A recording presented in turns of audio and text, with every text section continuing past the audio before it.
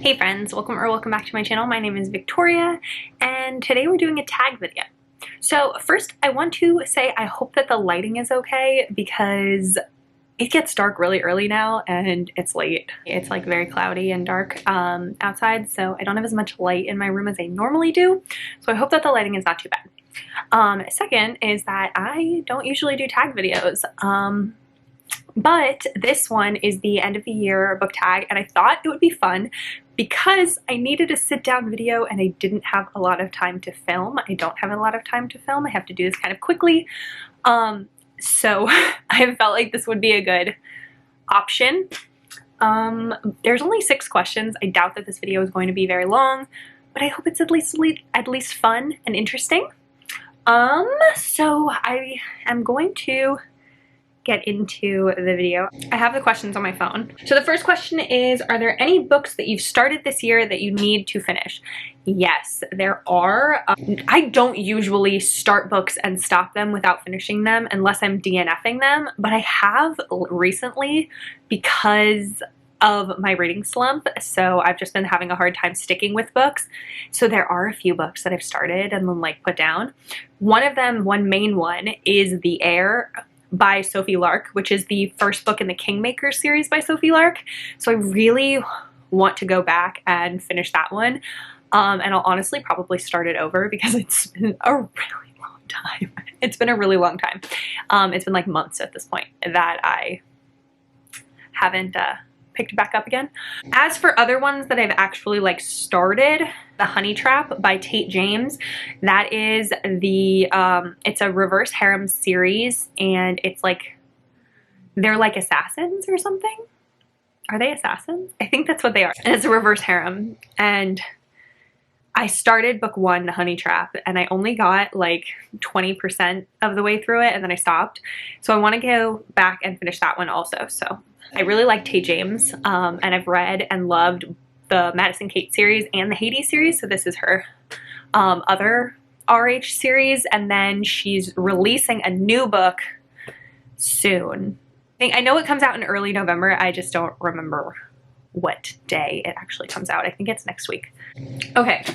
The second question is, do you have an autumnal book to transition into the end of the year?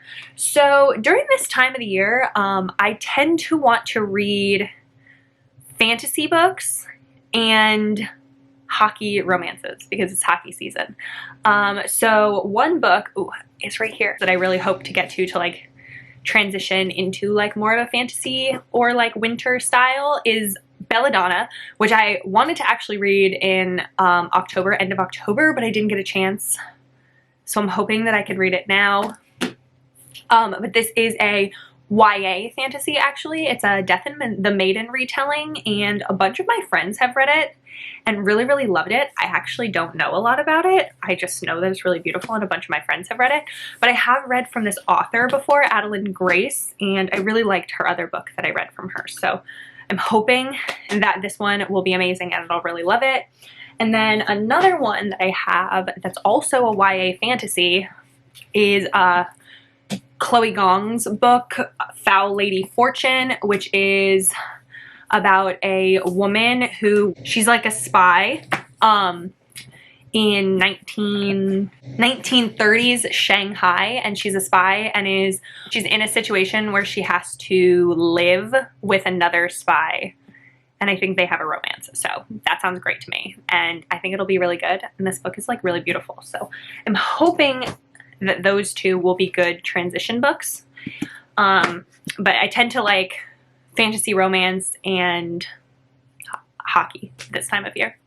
Then the third question is there a new release that you're still waiting for? Yes, there is. There is Chloe Lisa's book that is releasing in November. What day in November is it releasing? I think it's like end of November. It's like November 22nd, I think.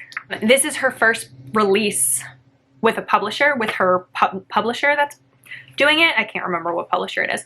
But I'm really excited about it. I really love Chloe Lise, and I'm very excited to have another Chloe Lise book. And then another new release for this year that I'm really excited about that has not come out yet is Anastasia by Sophie Lark. It comes out in December 6th, 5th, first week in December it comes out, and I'm so excited for that one. I'm crossing my fingers that the audiobook comes out on the same day. I'm really hoping. It would be really great for me, but I'm really excited about that. I love Sophie Lark's books, and I've heard so much from her about Anastasia. Like, she's done so many like little like hints and everything about it that I'm so excited about it. She said she's done the most research of any book that she's written so far for this one, and I'm really excited. I think it's going to be really good. Okay, next one. What are 3 books that you want to read before the end of the year? I actually made a whole video of 10 books that I wanted to read before the end of the year, so I'll link that video down below. If you haven't seen it, that is 10 books that I want to read. But off the top of my head right now, ones that I still want to read for this year are Still Beating by Jennifer Hartman. I want to read Things We Never Got Over by Lucy Score. And I want to read Always Been You by QB Tyler. I read QB Tyler for the first time this year, and I really liked the few books that I've read by her, so I really want to read more, so I'm going to say QB Tyler. Okay, then the next question is there a book that you think could still shock you and become your favorite book of the year? Yes, I think it's possible. Like I said, Still Beating is one that's still on my TBR, and that's gonna, I'm pretty positive that's gonna end up on so many people's top favorite books of the year lists. I have yet to decide how many books I'm gonna include in my top books of the year. I usually only do 10, and I've read a lot of good books this year, so I might have to expand it and make it like top 15 instead, or do like a top 22 of 2022 or something, but I think that there are definitely potential ones that could end up on that list for me. I never do mine in order. I have no idea what my top 1 of the year is. So I usually do like a scattered top 10 books of the year, and I think that there are plenty that are still have the potential, Still Beating being one of the main ones. And then the last question, like I said, short video, is have you started making reading plans for 2023 yet? And the answer is sort of. I have started thinking of videos for January. I like plan my videos out quite far in advance, at least usually. I have started planning the videos like 2 months in advance. So I'm currently planning videos for January and then thinking about what I want to read for like certain videos in January. So those, in that sense, I have. I also have got tickets to certain book signings already for 2023 and know that I want to focus on some new authors who are going to be at those book signings, especially as those book signings are in the beginning of the year or the first half of the year. So I'm hoping that I can read more new authors that are going to be at those signings to make those signings like more, you know, more. But that is the only sort of plans that I've made so far. I haven't like started making like TBRs or anything yet. And I've also started slightly looking at new releases that are coming out in 2023, but a lot of the times the books that I read are not the type of books that are announced so far in advance. They're usually only announced like a month or 2 in advance at most. So that's been very difficult, but that's the extent of the planning that I've started doing. But that is it. That's the last question. That was it for this tag. Like I said, it's short, only 6 questions.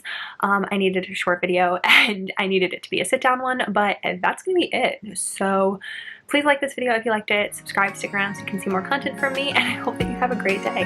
Bye.